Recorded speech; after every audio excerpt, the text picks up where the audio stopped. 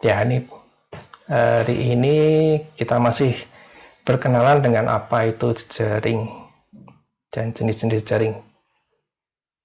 Ya, jadi bayangkan jika Anda tidak punya teman ya. Bayangkan jika jalan di depan rumah Anda tidak terhubung ke jalan yang lain ya. Jadi jalan depan Anda itu buntu, nggak kemana-mana gitu ya.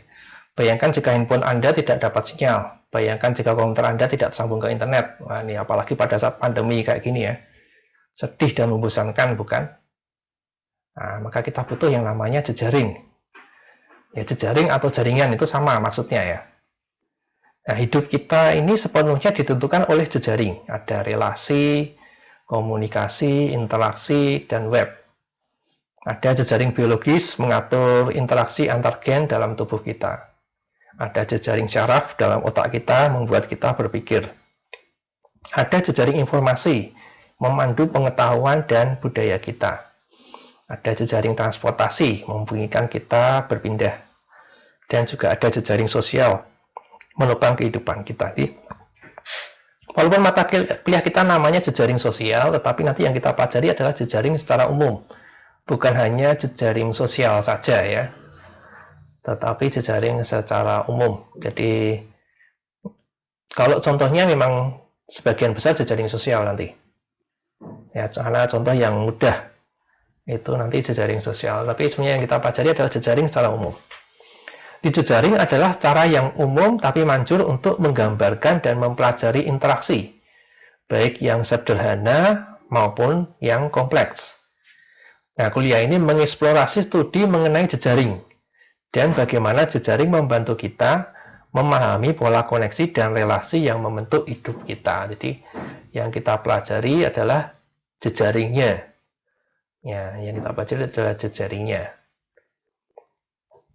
Ya, nanti contohnya ya lebih banyak ke jejaring sosial, tetapi sebenarnya jejaring secara umum. Nah, pada dasarnya sebuah jejaring adalah sebuah deskripsi sederhana, sebuah deskripsi dari sehimpunan entitas yang saling terkoneksi, yang disebut node, dan koneksinya disebut link.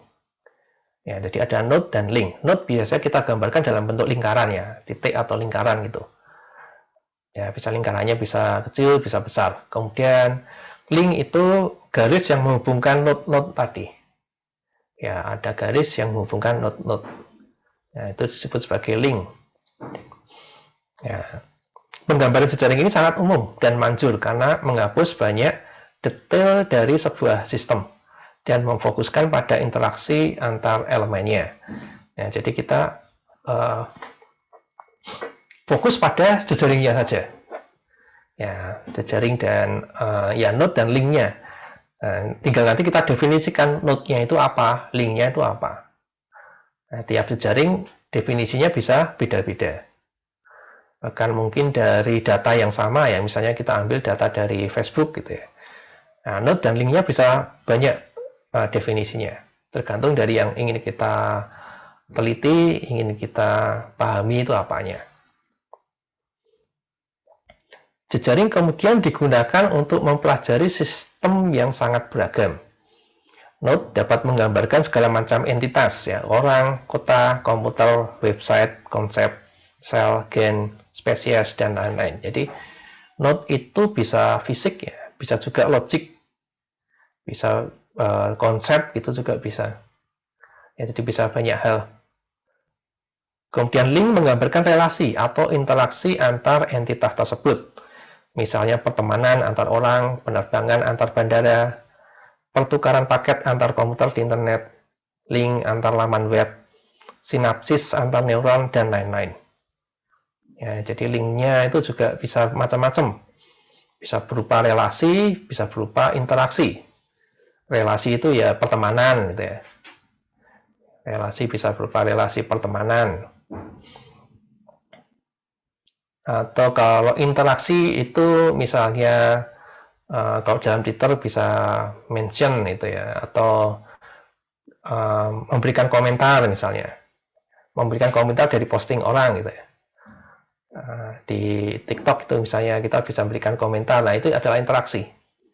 Nah, contoh interaksi seperti itu.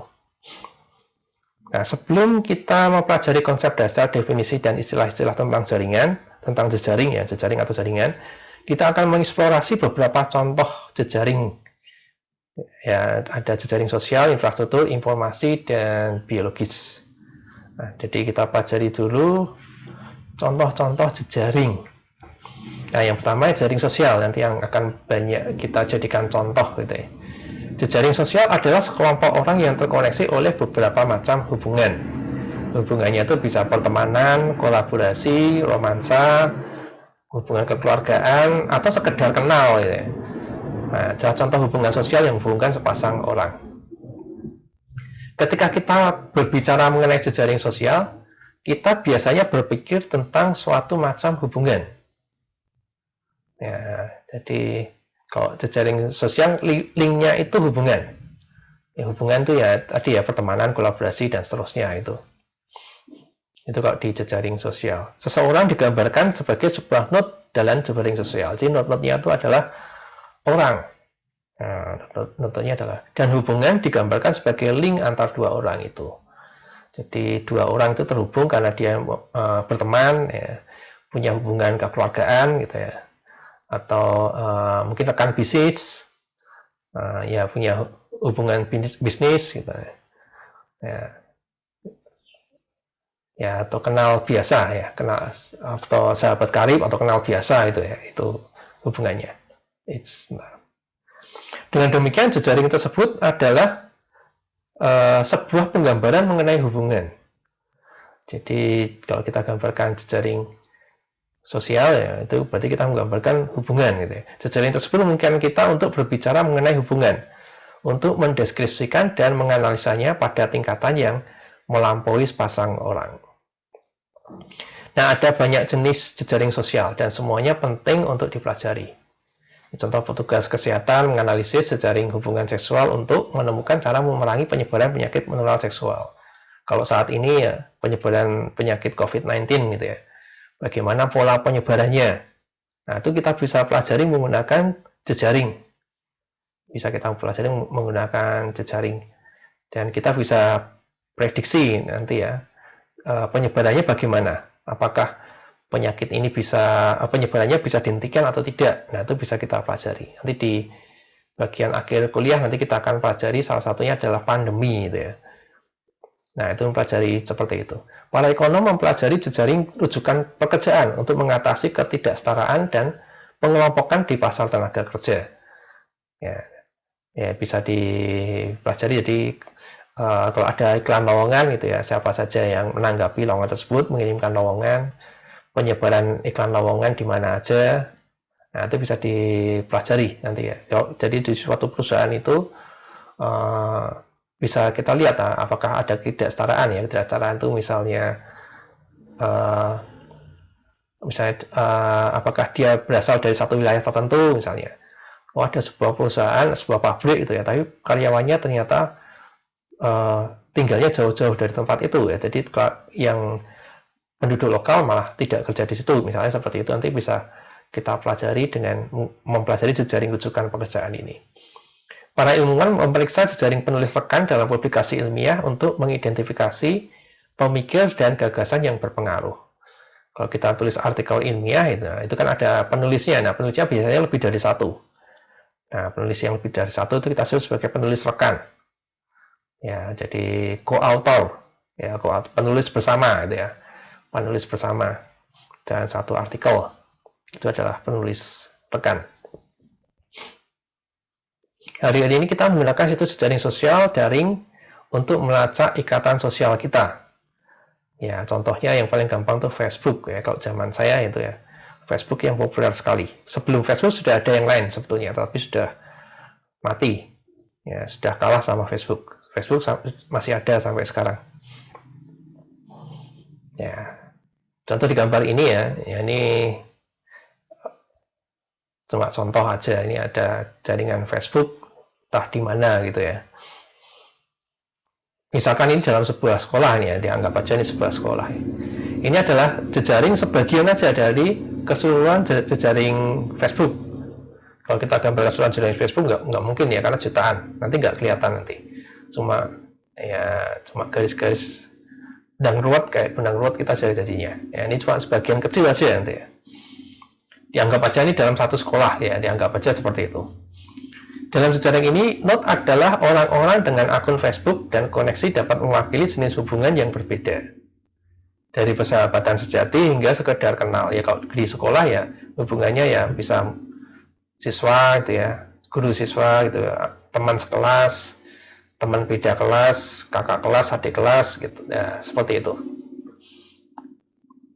Hanya melihat visualisasi jejaring ini mengungkapkan suatu struktur sosial yang mendasarinya ya. Jadi kita bisa lihat bahwa ada orang yang populer. Orang yang populer itu dia punya banyak link. Ya, dia punya banyak link, jadi punya banyak hubungan dia.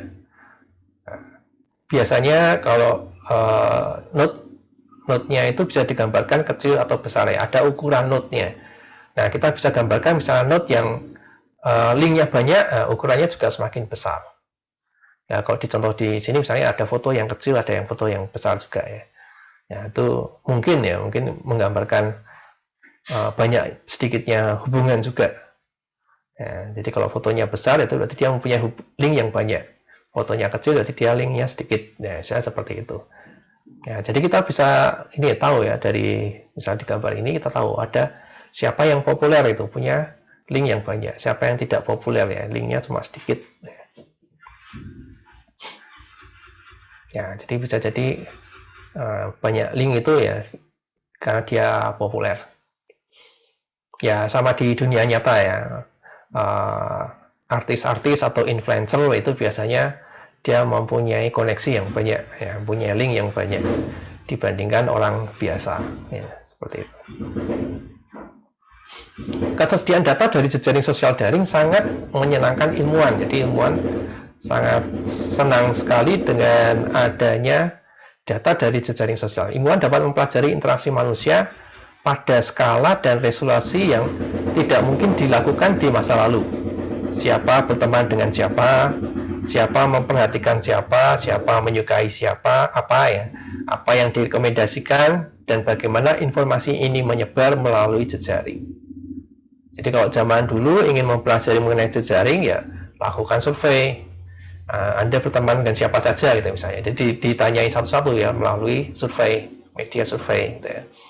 Anda berteman dengan siapa saja, Anda memperhatikan siapa saja. Nanti hasil survei nanti terus kemudian ya dibuat dalam bentuk jejaring. Nah kalau ini jejaringnya sudah ada.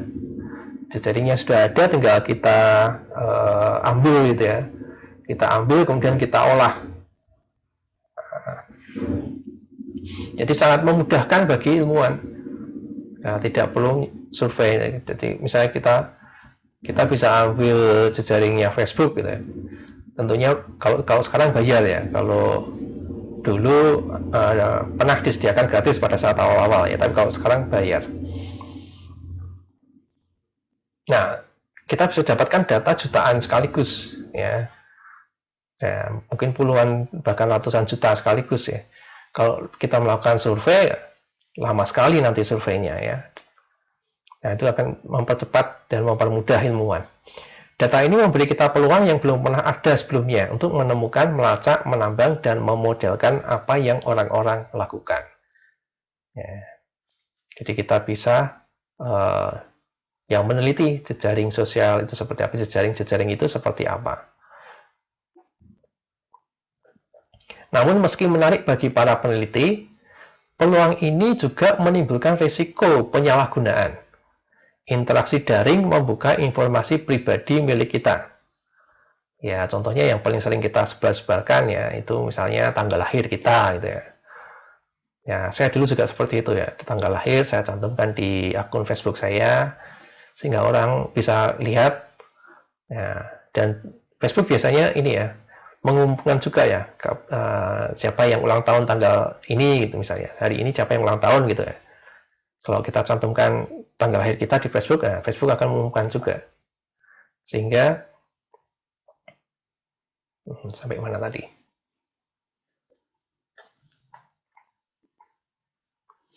Ya. Nah, orang lain terus kemudian tahu, oh ada yang ulang tahun hari ini, terus biasanya dia mengucapkan selamat ulang tahun, gitu, misalnya seperti itu. Tentunya senang ya kalau ada yang mengucapkan selamat ulang tahun kita pada saat ulang tahun kita. Tapi sebenarnya ini adalah risiko yang tersembunyi ya. Risiko ini yang tidak terlihat gitu ya. Kenapa? Karena nomor KTP kita itu mengandung tanggal lahir juga. Jadi komponennya kalau di nomor KTP itu ada kode provinsi, kode kota, kabupaten, kode kelurahan, kecamatan, kelurahan gitu ya. Terus kemudian diikuti tanggal lahir. Nah, sehingga ada orang bisa ini menebak ID KTP kita. Kalau kita tahu kita tinggal di mana dan tanggal lahir kita berapa, itu bisa kita tebak. Nah, ditambah informasi-informasi lain yang ada di jejaring sosial tersebut, nah, bisa digunakan informasi itu bisa digunakan misalnya untuk pinjaman online misalnya. Ya, maka tahu-tahu ada orang nagih pinjaman ke kita padahal kita nggak pernah pinjam. Nah, misalnya seperti itu. Mengetahui sedikit informasi mengenai banyak orang dapat membuka lebih dari yang dimaksudkan. Ya, jejaring sosial daring juga membuat peniru identitas mudah dilakukan dan sulit dideteksi ya. Contohnya tadi untuk pinjaman online tadi ya, pakai data-data yang kita sebarkan lewat jejaring sosial. Dan social phishing adalah teknik meniru teman korban sebagaimana diketahui dari jejaring sosial daring untuk mendapatkan informasi sensitif atau uang. Ini sering terjadi, masih sering terjadi ya. Jadi ada akun abal-abal gitu ya, kita nyebutnya gitu ya. Dia pakai nama orang ya, fotonya juga diambil dari orang tersebut, terus kemudian menambahkan kita sebagai friend ya. Terus nah, dia nanya-nanya terus sampai kemudian minta uang dan seterusnya gitu.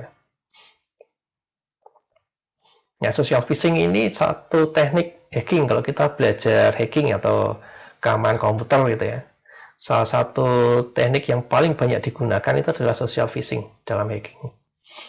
Dan ya kalau korbannya banyak ya. Biasanya WhatsApp itu ada yang kehack WhatsApp-nya ya. Akunnya kecuri WhatsApp. Terus kemudian digunakan untuk ya entah minta uang atau apa itu. Itu yang sering terjadi di Indonesia gitu ya. Ya dengan kalau di WhatsApp biasanya ini ya ada kita mendapatkan kiriman PIN, terus kemudian ada orang yang meminta PIN tersebut. Padahal PIN itu adalah sebetulnya pada password ya, password yang tidak boleh disebarkan. PIN itu OTP ya, one time password yang dikirim ke kita ya, yang mestinya tidak boleh disebarkan ke orang lain. Tapi dengan teknik social phishing itu ya seakan-akan orangnya itu keliru memberikan nomor HP ya, terus meminta PIN yang sampai ke kita. Nah, salah satu triknya seperti itu. Padahal itu adalah password bagi akun WhatsApp kita, dan WhatsApp kita diambil alih oleh orang tersebut.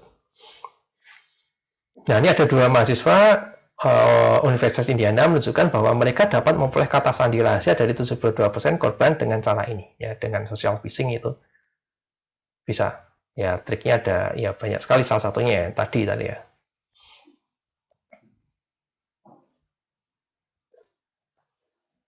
Nah, data tentang jejaring sosial dapat diekstraksi dari banyak sumber.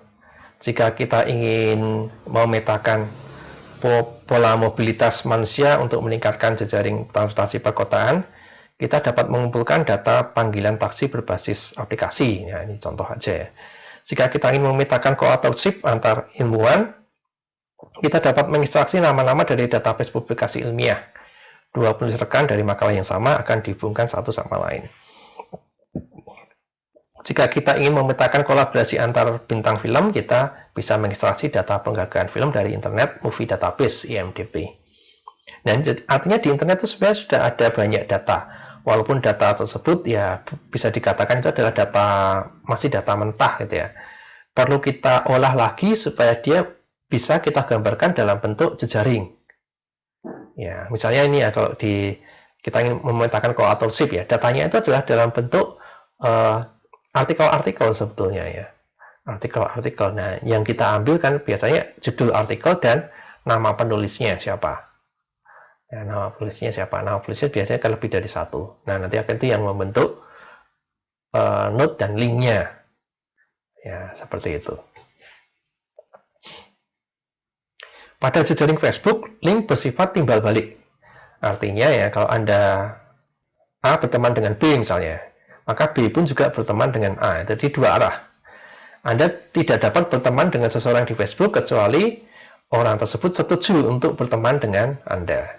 Jadi harus di-approve dulu kalau Anda mau berteman. Tetapi tidak semua jejaring mempunyai link timbal balik seperti ini. Tidak punya link dua arah seperti ini. Ada juga yang satu arah. Contohnya Twitter. Di Twitter Anda dapat memfollow seseorang ya, mengikuti atau memfollow seseorang. Tetapi orang tersebut tidak perlu mengikuti Anda. Jadi kalau Anda ingin memfollow seseorang, Anda tidak perlu persetujuan. Kecuali kalau yang Anda follow itu postingnya di set privat gitu ya. Kalau di set privat ya Anda harus mendapatkan persetujuan. Tapi kalau publik, kalau cuma follow aja nggak perlu persetujuan. Dan baik di set privat maupun publik, orang yang Anda follow tidak perlu memfollow balik. Ya, tidak perlu memfollow balik. Jadi linknya itu satu arah. Linknya satu arah. Jadi kalau di Twitter Anda dapat mengikuti seseorang, tetapi orang tersebut tidak perlu mengikuti Anda. Ya, jadi misalnya saya bisa mengikuti Anda gitu ya, tapi Anda tidak perlu mengikuti saya. Misalnya seperti itu. Itu berarti satu arah. Sebagai hasilnya, relasi yang ditangkap oleh jejaring Twitter bukanlah relasi pertemanan. Anda mengikuti seseorang untuk melihat apa yang dia posting. Ketika Anda meretweet sebuah posting, pengikut melihatnya.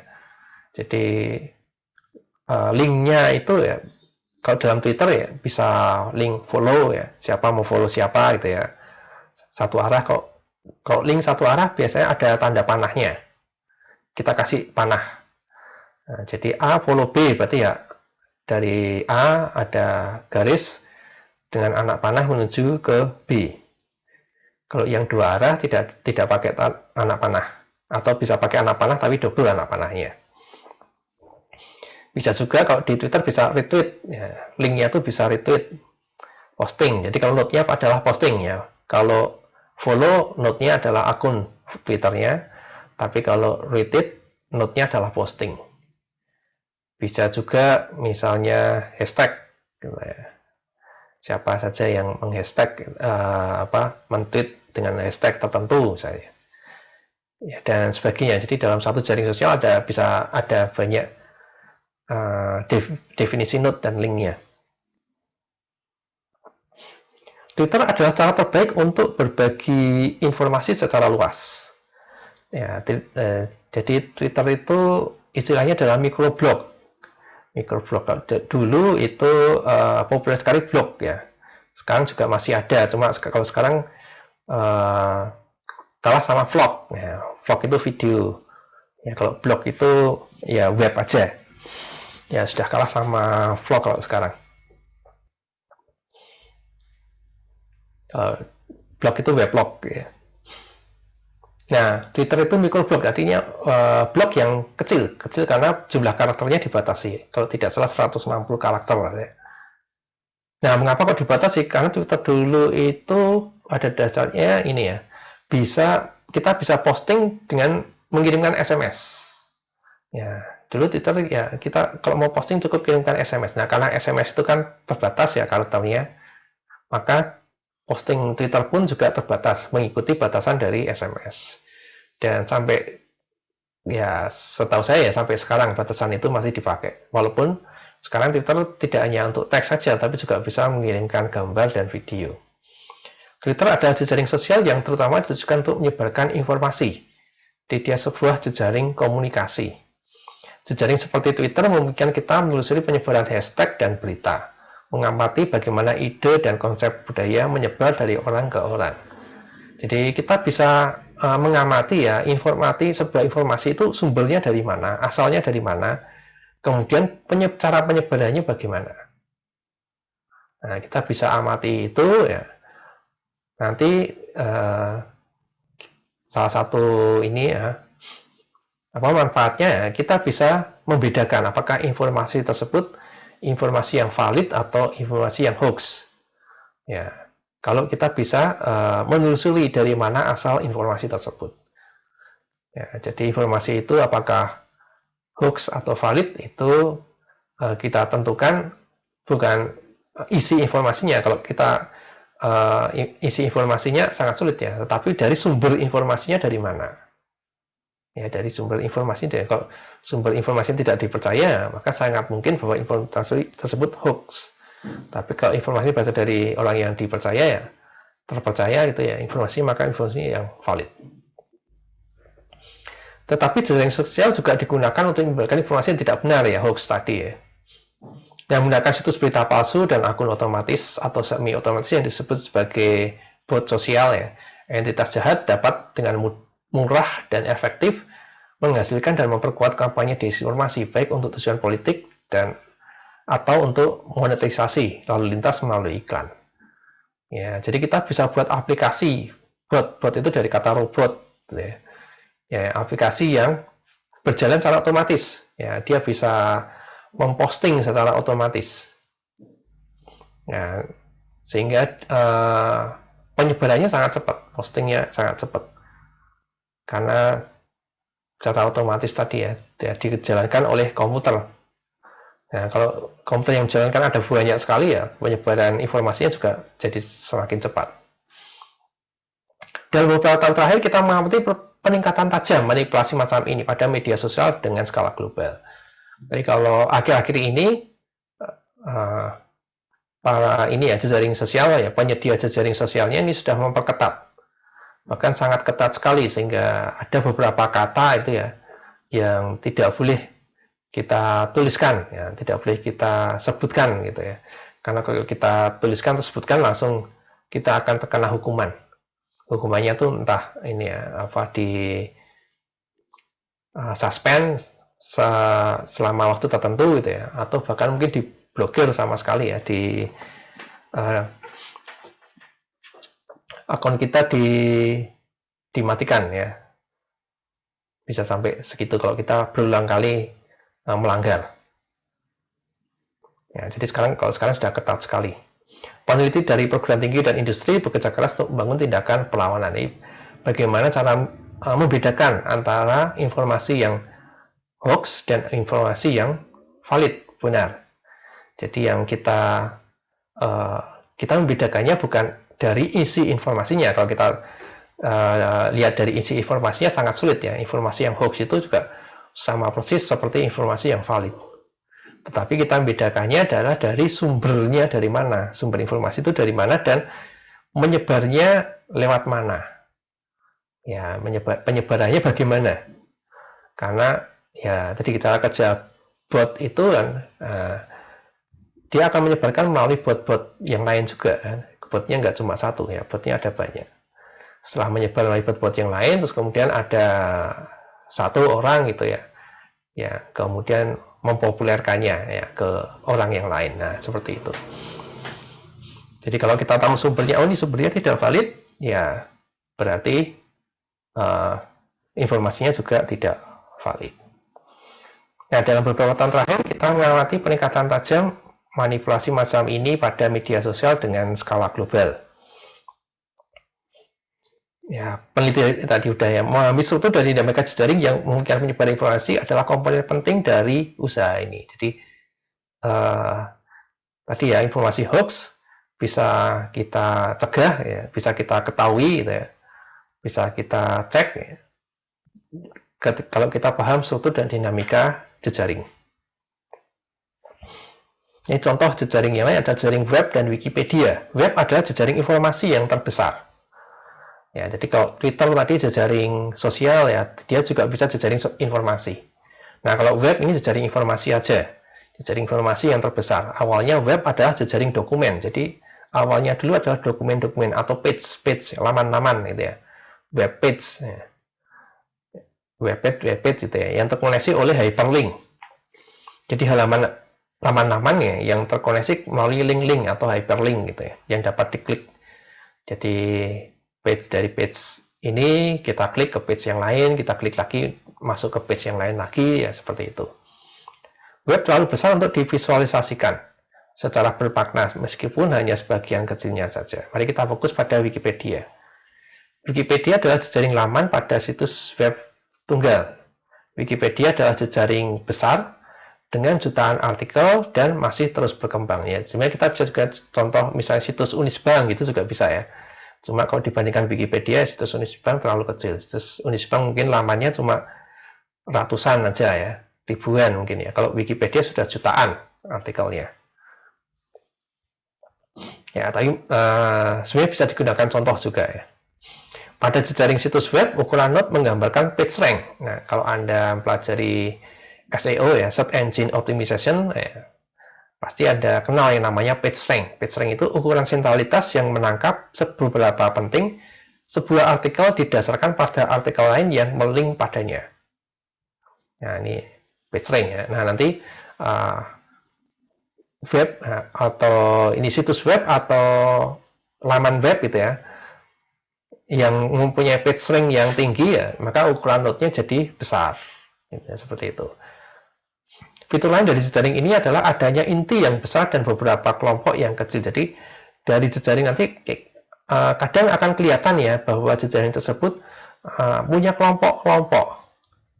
Ya, karena biasanya sebuah laman ya, sebuah page gitu ya, dia akan melink ke page lain yang topiknya sama atau topiknya mirip. Ya, atau ya masih dalam topik yang sama gitu ya. Biasanya kan seperti itu. Maka nanti dan satu page dengan page yang lain juga akan saling melink karena topiknya sama itu ya, maka akan saling melink ke topik-topik yang sama tadi.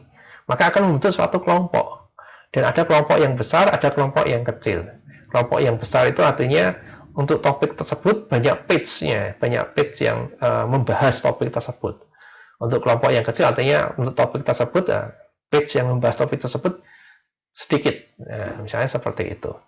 Kemudian ada node jembatan, bridge atau jembatan ya, yang menghubungkan beberapa klaster ya. Kelompok-kelompok tadi bisa kita sebut sebagai klaster. Ya, jadi ada semacam jembatan bridge itu ya, yang menghubungkan antara kelompok besar dengan kelompok kecil atau kelompok besar yang lainnya. Ya, seperti itu. Fitur-fitur ini ditemukan di banyak jejaring dunia nyata. Jadi tidak hanya di jejaring web, ya, jejaring internet, jaring Wikipedia itu ya, tapi hampir di semua jejaring ada fitur-fitur seperti itu, ada ciri-ciri seperti itu. Ya. Yang nanti fitur-fitur ini akan kita pelajari lebih lanjut pada kuliah kita berikutnya. Contoh yang lain ini internet. Internet sering kita pandang sebagai sebuah jejaring dari komputer dan perangkat terkoneksi lain.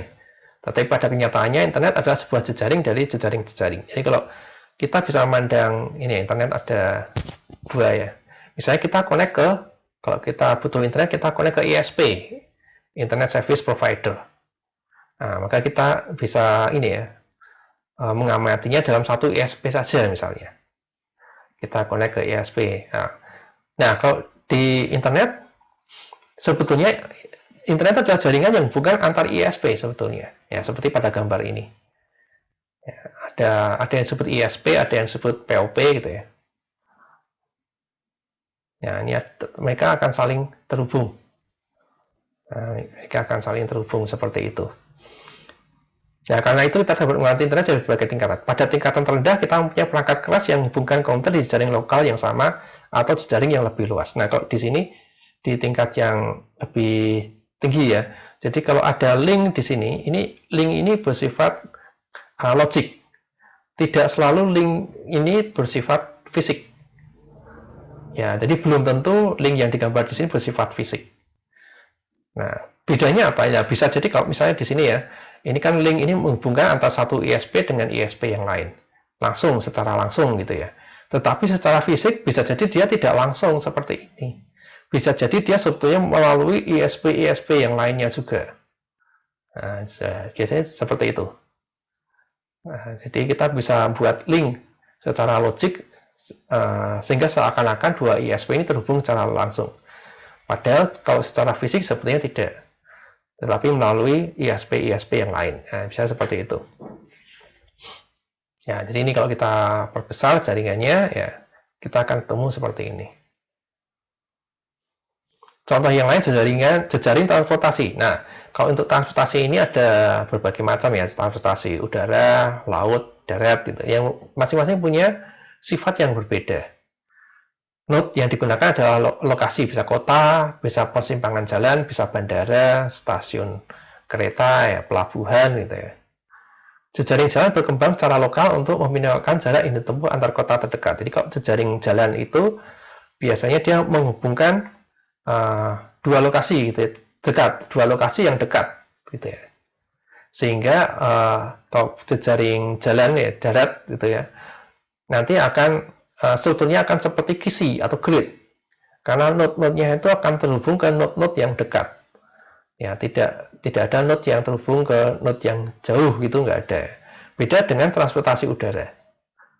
Kalau transportasi udara ya bisa nih jaringannya bisa jauh ya, misalnya katakanlah dari Jakarta ya, dia bisa terhubung ke kota lain ya, misalnya Tokyo gitu ya. Padahal Jakarta Tokyo kan jauh gitu ya. Atau dari Jakarta bisa terhubung ke Surabaya ya, misalnya contoh yang gampang itu ya. Padahal kalau dari jalur darat kan tidak ada jalan yang langsung Jakarta Surabaya, itu kan nggak ada. Pasti jalan tersebut melewati kota-kota yang lain. Jalan tol sekalipun ya dia pasti ini ya ada exit yang lain ya, tidak langsung ujung-ujungnya dua kota tersebut, tidak ya, tetapi pasti ada exit yang lain. Nah, itu perbedaannya antara transportasi udara dan darat. Jadi transportasi udara tidak membentuk kisi. Di contoh yang digambar ini, ya yang ruwet ini transportasi udara, ya dia tidak terbentuk kisi. Kalau terbentuk kisi itu ya linknya hanya menuju ke node-node yang terdekat aja. Tidak ada yang node jauhnya, nggak ada. Contoh lain adalah jejaring biologis. Nah, ini contoh aja. Kalau dalam tubuh kita bisa gambarkan banyak sekali jejaring ya. Di sini cuma contoh aja ya. Dalam sel tubuh kita, molekul khusus yang disebut protein berinteraksi dalam berbagai cara. Ketika protein terlipat ya, folding ya, ini istilah di dalam biologi gitu ya. Perubahan strukturnya dapat mengatur fungsi protein atau aktivitas enzim lain. Enzim mengkatalisasi reaksi biokimia dan sangat penting untuk metabolisme. Protein juga mengatur pensinyalan sel dan respon imun. Ya, semua interaksi dapat dilihat sebagai jejaring ya, jejaring interaksi protein, jejaring metabolis, jejaring regulator gen, dan seterusnya. Nah, itu semua interaksinya. Ini contoh jejaringnya di biologi. Ya, kita nanti nggak banyak kalau contoh di biologi ya. Nanti kita banyak di jejaring sosial. Ya, mungkin sebelum lupa, nanti untuk contoh ya, di kuliah kita sebenarnya ada prakteknya juga ya. Cuma karena kita secara online, nanti hanya saya berikan contohnya saja, contoh cara prakteknya bagaimana, terus Anda bisa coba sendiri-sendiri. Setelah kuliah itu Anda bisa coba sendiri-sendiri. Nah, nanti contoh yang sering saya gunakan adalah jejaring sosial Twitter.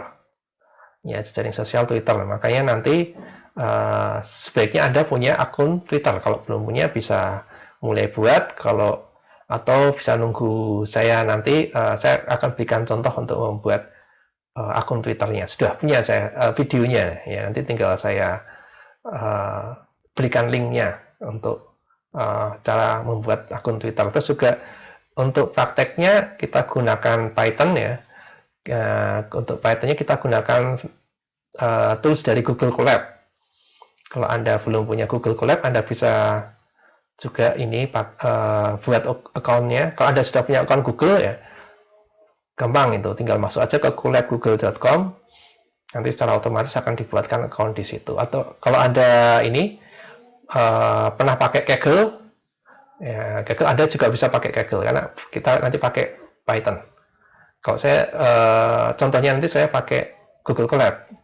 Anda mau pakai Kaggle juga silakan. Atau Anda mau bikin Jupyter Notebook di komputer Anda sendiri, di laptop Anda sendiri juga boleh. Bisa juga. Ya, cuma nanti supaya gampang ya, yang bisa bisa diakses oleh semua orang, nanti saya gunakan Google Colab. Ya mungkin di pertemuan kedua nanti kita akan mulai gunakan ya. Ada satu lagi Socioffice. Ya, nanti akan saya jelaskan satu-satu ya. Kalau Anda belum punya akunnya ya, nanti juga akan saya berikan cara untuk membuat akunnya. Nah, ini simpulannya, jejaring adalah cara umum untuk memodelkan dan mempelajari sistem yang kompleks dengan banyak elemen yang berinteraksi. Node menggambarkan banyak macam objek, dari orang ke laman web, dari protein ke spesies, dari internet total ke bandara. Node-nya bisa menggambarkan macam-macam tadi ya, baik fisik maupun logik. Node dapat mempunyai fitur lokasi geografis, kekayaan, aktivitas, jumlah koneksi, dan lain-lain. Jadi node-nya itu bisa ukurannya bisa kecil, bisa besar. Nah, dan lokasi antar node bisa dekat, bisa jauh gitu ya. Link menggambarkan banyak hubungan, banyak macam hubungan dari fisik ke maya, dari kimia ke sosial, dari komunikatif ke informatif. Ya. Jenisnya banyak sekali. Link dapat mempunyai arah atau bersifat timbal balik. Jadi bisa satu arah, bisa juga dua arah.